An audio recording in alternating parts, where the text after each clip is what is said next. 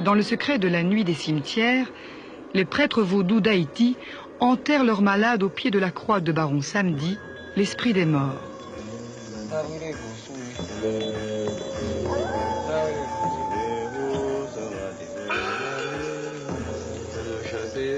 Ils les soignent au creux de leur tombe, combattent le mal par le mal, leur donnent le frisson de la mort, exorcisent leur âme, transfèrent leurs maux dans un poulet qui devient la victime expiatoire et sacrifie le poulet enflammé aux esprits. La douleur est expulsée. La frousse est garantie, ainsi que la guérison, à en croire le prêtre vaudou et son patient.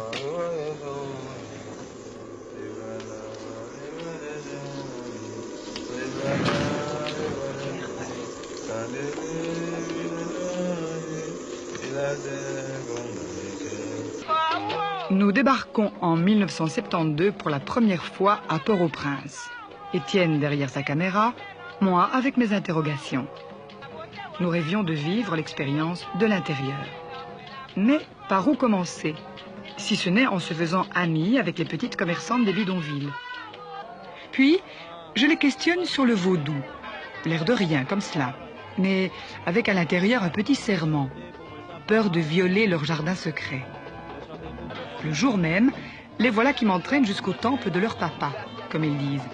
Un prêtre vaudou de renom. Maître des initiés, j'ai besoin, je le sais, pour savoir inverser le chiffre des choses, répartir la moisson sans oublier un ouvrier et orphelin. Le Oungan Loulou m'invite le soir même à une cérémonie où les esprits prennent possession des adeptes. Les esprits vaudous, qu'on appelle mystère ou loa, sont ces passagers clandestins qui étaient descendus des navires négriers avec les esclaves. Ces esprits m'intriguent. Qu'est-ce que ces initiés peuvent bien ressentir quand ils tombent en transe et sont possédés? Je dois savoir.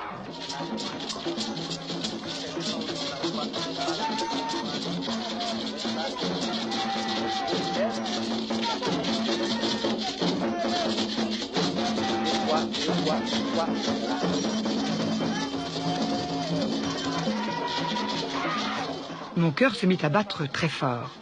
Et puis, plus rien.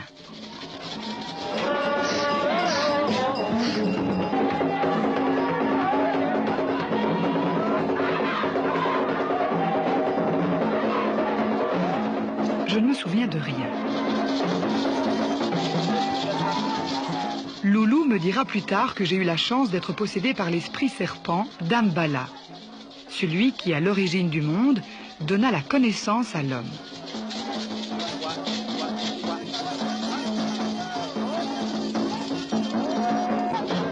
Quand je me réveille, je me sens dans un état de douce euphorie et de tranquillité intérieure. Si tu es mon initié, désormais, je ne pas les doigts de tes cachots. Qu'est-ce que c'est dans cette petite pièce que nous allons être enfermés. Des vévés sur le sol pour attirer les esprits. Comme matelas, je recevais une natte. Comme oreiller, un vulgaire caillou.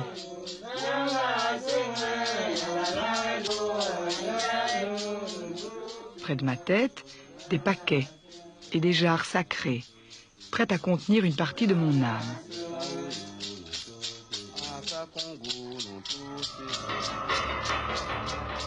Sur l'autel, j'avais la bénédiction des esprits vaudous, déguisés en saints et en vierges. Loulou est inquiet. Jamais, au grand jamais, il n'a entendu parler d'une étrangère qui se fasse initier. Les anciennes craignent pour leurs secrets et n'hésitent pas à déclencher la bagarre. Le Oungan Loulou leur promet que je n'aurai droit à aucun traitement de faveur et nous fit promettre de ne pas révéler les secrets avant 15 ans. Nous avons tenu notre promesse. Les futurs initiés sont émus. Tout leur passé va mourir. Moi, je pense à mon mari, Étienne, qui filme derrière sa caméra. Vas-tu retrouver chez moi ce même regard confiant? Ne vas-tu pas perdre celle que tu crois connaître? Mais il est trop tard. J'avais déjà décidé de m'abandonner entre les mains du Oungan.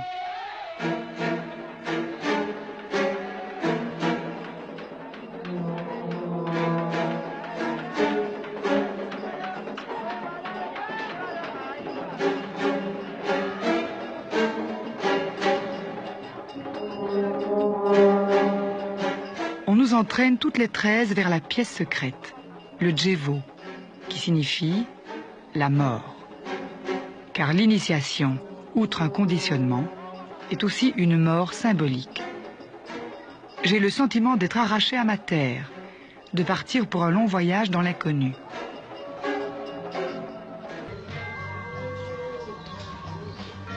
Après 15 années d'aller-retour dans le même petit village, je me sens intégrée. Bien décidée à connaître les aspects maléfiques du vaudou qui terrorise les villageois, et pendant mes activités innocentes et quotidiennes de ménagère, j'observe et écoute les récits de terreur. On me parle de zombies, de la secte occulte des Bizangos, de la société secrète des sans-poils qui pactisent avec le diable. Comment faire la part du fantasme et de la réalité? Entre-temps, nous avons un fils. Je ne peux plus me permettre de m'abandonner aveuglément dans les mains d'un Oungan. On dit que les zombies hantent les cimetières, mais c'est à l'hôpital Albert Schweitzer, à Deschapelles, que je le trouvais. Comment il est mort ici à l'hôpital? Clarvius Narcisse est mort par étouffement. Son décès a été constaté par un médecin américain à l'hôpital. C'est les Bizangos qui t'ont puni à cause de l'enfant que tu as fait à Dossi, ta cousine. Clarvius Narcisse avait été empoisonné par un sorcier avec de la tétrodotoxine, un poison qui est contenu dans le foie du poisson foufou et qui donne l'apparence clinique de la mort. Le sorcier sèche le foie du poisson, le réduit en poudre et le verse sur le pas de la porte que sa victime foulera. Le simple contact cutané l'étouffera en déant les 3 jours. Sa famille aura l'impression qu'il est mort. Son pouls et sa respiration auront cessé de fonctionner en apparence. Narcisse me conduit à sa tombe qu'il retrouve en ruine, ce qui l'affecte très fort. Pas les jambes trop fatiguées? Oui, c'est tout écrasé. On avait attaché mon cercueil avec du fil métallique. Piqué avec qui bagaille? Avec clou, tu as pris Clou de cercueil? Clou de cercueil là, tu vas voir C'est qu'il le a clou du cercueil. Le ça. clou du cercueil.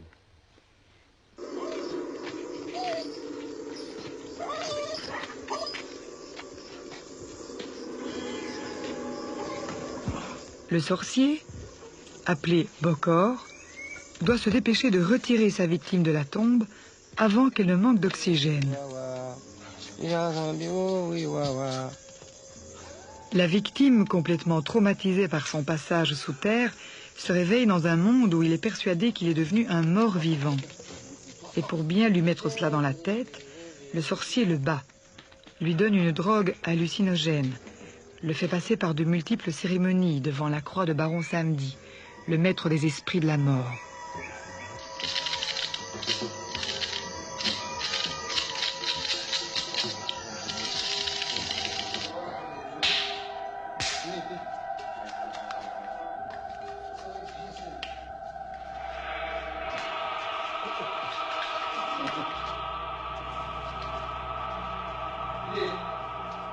Le zombie n'est plus qu'un corps docile, vendu à un propriétaire terrien, dans une province lointaine, pour moins de 300 $. C'est ainsi que Clarvius Narcisse deviendra une ombre anonyme, dont la sueur imprégna les cannes à sucre. Narcisse fut libéré à la mort de son maître et erra sur les chemins d'Haïti, incapable de s'y retrouver.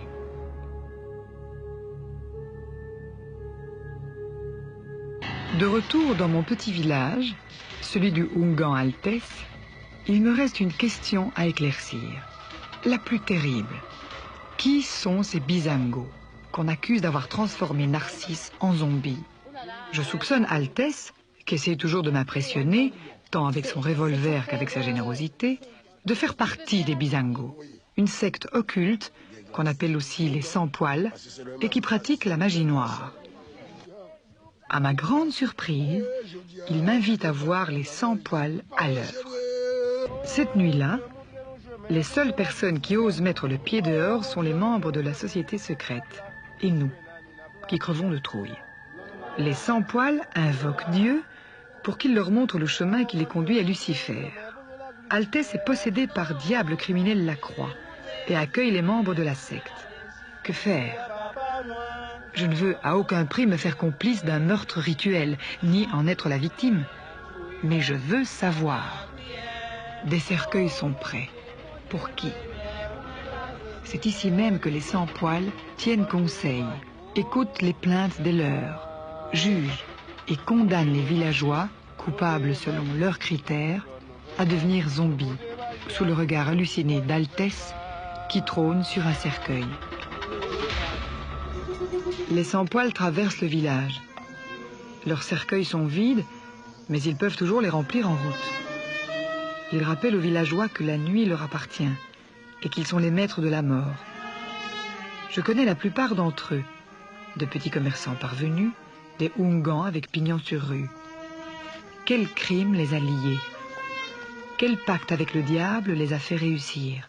Le cimetière, la nuit et le sang rendent solidaires les membres de cette mafia qui n'offre d'alternative aux paysans que la soumission ou devenir zombie.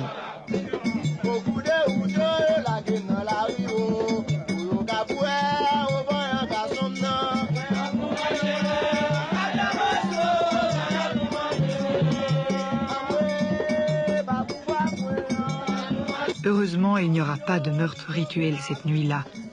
Pas devant nous, en tout cas. Plus tard dans la nuit, le Oungan Altès fait amener un taureau pour un sacrifice.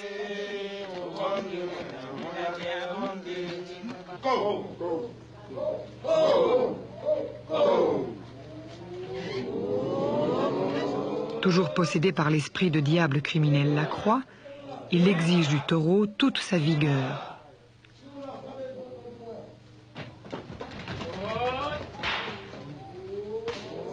Naïvement, je veux répondre à son salut avec la main droite. Sacrilège.